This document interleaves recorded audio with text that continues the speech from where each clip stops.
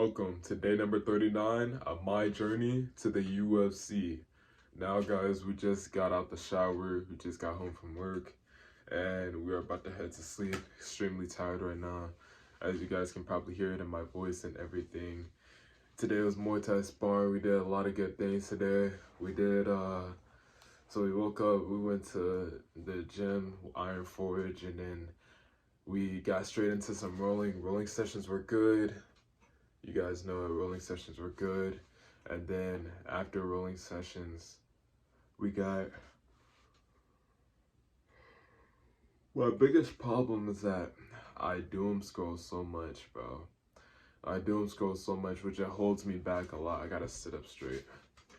I'm not in the camera all the way. But I doom scroll so much and I just waste so much time. And it just drains my time and and eventually my energy, because I'm supposed to be asleep right now. We got home from work about like 12:30. It's about like 2:46 a.m. So we doom scrolled for about like 2 hours and 46 minutes. Just doom scrolling on social media. Just, you see one video, you'd be like, oh, and then you just keep on scrolling. You're not even realizing what the hell you're doing. So the thing I gotta do, and I will stop that addiction. I will stop that addiction. I will stop that addiction, man. It might not be soon, but I will eventually stop that addiction. I'm a strong-minded, strong body person. A strong body is a strong mind. So we will eventually stop that addiction. Anything that comes in our way that can possibly hinder us from achieving our goals or be a detriment, we will stop that. So 100%. So yeah, today was rolling. So after rolling, we went straight into Muay Thai. Rolling was pretty decent. I think I could have did better in the rolling. I just get caught on my back a lot, get put in mount a lot, which I fucking hate, getting controlled a lot. But it is by higher belts, like purple, blue belts and stuff like that. So yeah, when I go against like other white belts and stuff, sorry guys, but when I go against other white belts and stuff like that, we don't really get caught. If we do get put in mount, we sweep them pretty easily. Like, it's not that hard to sweep somebody from mount. And yeah, so after rolling, we went straight into Muay Thai, really cleaning up a lot of our stuff as far as head movement, movement. I went against this guy today. He looked like a specialist. He was really good. Like, he really looked like he could have, or he probably did fight pro eventually in a point of his life. He was showing me a lot of moves that I could do, giving me a lot of good advice. And we went for like 2 rounds straight without stopping. So 10 minutes straight, 11 minutes if you want to count the break timer as well for 1 minute break. So we went for 11 minutes straight, and he was just telling me, like, move a lot more, like, stop staying in front of the person, change direction while you're punching. So move, stay light on your feet, and change direction while you're punching. It's going to be hard, but move around instead of staying in front of the person and being a punching bag. Yeah, you're moving your head and stuff, but you're not really changing direction or footwork. So change direction while you are fighting as well. So while you're moving and you're pressuring, change direction, you become a harder target to hit, right? Because you're easier to hit when you're walking somebody down with body shots and stuff like that. But it's hard to hit your whole body once you're changing the direction. They can't even see, you're blinding them, you're using different types of tactics, setups, and stuff like that. So he was telling me to do that, and this dude did like karate and stuff like that. And you know, one of my buddies said, the way might be karate and taekwondo and stuff like that. I think the way is just whatever you're good at, because there's a bunch of guys that are good at striking. Like, you don't see too many top guys in the UFC that have a huge taekwondo or karate background. You don't see too many guys. Most of the guys have either a boxing background or for striking, they have like a boxing background.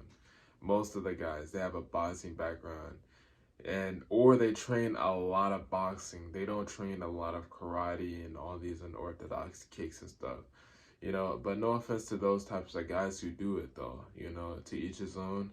And you can still make it to the UFC training that type of martial arts and stuff. But boxing, because boxing comes from 90% of punches, right? I mean, the knockouts from the MMA or the UFC comes from 90% of punches, and wrestling dictates wherever the fight goes. So yeah, boxing and wrestling are the two most important things. So once you get your head and your hands right, and you learn how to move and stuff, and you know footwork and stuff like that, all you really do have to learn, not, no, let me not say that. You still have to learn how to kick, how to knee, clinch work, and stuff like that. But the other most important thing, you don't really have to become a pro at clinching, a pro Muay Thai. You don't gotta really just become good at clinching. Know what to do in the clinch, know how to defend from the clinch, know how to block a knee from the clinch, little stuff like that. You'll be good. But wrestling, you need to become very good at wrestling.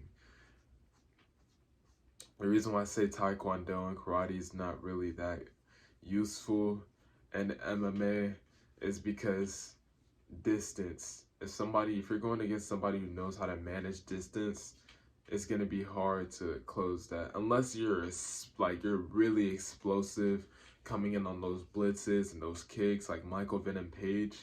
Unless you're a type of guy like Michael Venom Page where you're really just hard to read. Every time somebody's in front of you, you know how to. It's unless you're one of those, that's like 1 in a trillion. But unless you're one of those, then it's gonna be really hard to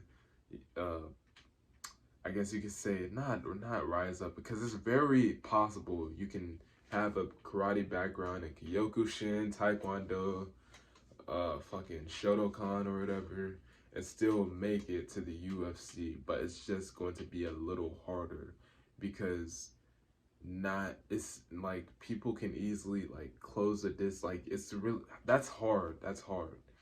Taekwondo, karate, that's hard. That's really hard. You can still learn the kicks and stuff, but that stuff is very, very hard. So, but it's possible. But it's possible though. I'm not gonna knock anybody's grind. But yeah, anyway, back to what I was saying. That guy was showing us a bunch of stuff and a bunch of good stuff, just changing footwork and learning how to move in and out, in and out, in and out, change direction. You know, pivot, boom, boom, fucking pivot back, boom, boom, move, jab, cross, moving back, jab, cross, you know, change your direction while moving back, boom, shift, pendulum step, like little stuff like that. And like cause the thing is, I have a somewhat cognition of how to move. I just need to do it. And somebody just needs to hold me accountable like that. So when somebody's holding me accountable like that, and he was just letting me like work, like letting me get punches off, it was really good. And he was getting some punches off as well. But the guy is clearly better than me. That guy's clearly been fighting for a long time. That guy was really good. So yeah, that was that. After Muay Thai sparring, I lifted some weights. We did chest. You know, after we did chest, we went to work. It was a good day at work. Came home, took a shower, brush our teeth, all that good stuff. Now we're about to go to sleep and stuff right now. And I'll see you guys on day number 40 to my journey to the UFC. Let's keep pushing.